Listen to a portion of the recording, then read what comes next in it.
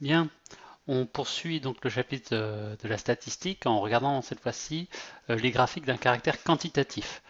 Je rappelle que caractère quantitatif, c'est quand on obtient des nombres. D'accord? Quand on a posé la question, on a obtenu des nombres. Par exemple, les tailles, les âges, etc. D'accord? Ok. Je ne sais pas si vous vous souvenez, mais dans ces cas-là, on avait soit les données brutes, c'est-à-dire qu'on avait fait un tableau direct, soit on avait fait un regroupement par classe. Regroupement par classe. Ce que vous savez, c'est de, euh, de temps à temps, et puis de temps à temps, puis de temps à temps. D'accord? Par exemple, les carottes étaient de 10 à 14 cm, de 15 à 20, etc. etc. D'accord? Donc, en fait, suivant qu'on ait fait des regroupements ou pas, on va avoir deux types de graphiques. Quand on a les données brutes, on va faire un petit exemple tout simple. Je sais pas moi, j'ai obtenu j'ai fait un contrôle, j'ai obtenu, vous l'avez vraiment embêté là, j'ai obtenu comme note 10, 11, 13, et ça, je l'ai obtenu, donc ça ce sont les notes, ça, là, et les effectifs, c'est 3, 10, 4, 11 et 2, 13, d'accord? Eh bien, on va faire ce qu'on appelle un diagramme en bâton. Voilà. On va ici, donc comme c'est, on a deux axes, un pour mettre les effectifs et puis un pour mettre les notes. Ok? Les notes, on n'est pas obligé de commencer à zéro, on peut faire par exemple 10 ici, d'accord? Mais à ce moment-là, on est obligé de garder le même 11, 12, 13, voilà.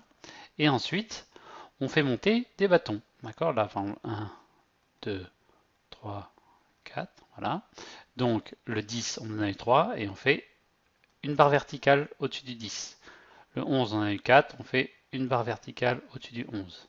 D'accord? Et au-dessus du 13, il y en a 2. Paf. Ok? Voilà, diagramme en bâton. Ça, c'est quand on a des données, d'accord? On appelle ça des données discrètes.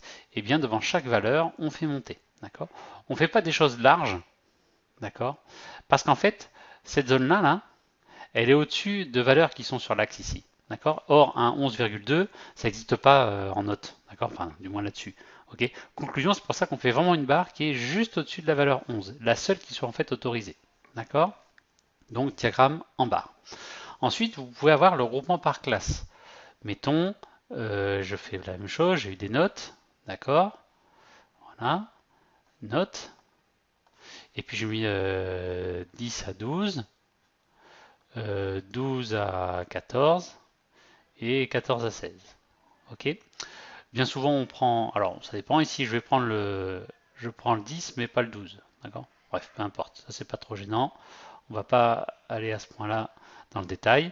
Donc, par exemple, ici, j'en ai eu 3. Là, j'en ai eu 10. Et là, j'en ai eu 5. Ok? On va donc faire un graphique. Ici. Là, on met les notes. Là, on met les effectifs. 1. Voilà. Je peux encore commencer ici qu'à 10 si je veux. 11, 12, 13, 14, 15, 16. Voilà. Et de 10 à 12, je vais monter jusqu'à 3. 2, 3. Donc je fais monter entre 10 et 12. Je vais monter jusqu'à 3. D'accord? Hop là, bien jusqu'à 12. Ok. Ensuite, de 12 à 14, je peux monter jusqu'à 10.